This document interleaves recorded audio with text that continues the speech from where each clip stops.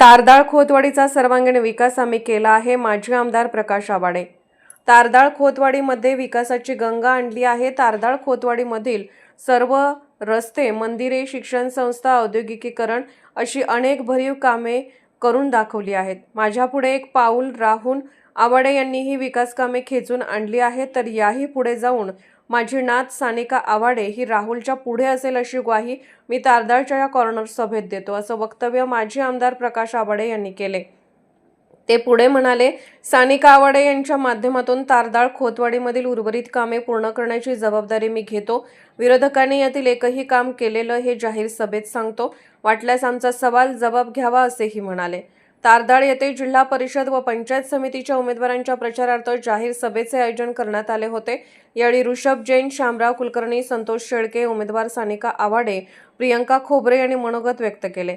या सभेप्रसंगी प्रसाद खोबरे, चंद्रकांत चौगले, किसन शिंदे, संभाजी पाटील, यशवंत वाणी, प्रकाश खोबरे, सूर्यकांत जाधव, प्रवीण पाटील, जयप्रकाश भगत, अशोक चौगले, विमल पोवार, सुरेश पवार, महादेव चोपडे, डॉ. संदीप खोत, सचिन पवार, सचिन चौगले, सारिका चव्हाण, सामंता माने, अशोक गायकवाड यांच्यासह भाजपाचे पदाधिकारी व कार्यकर्ते उपस्थित होते.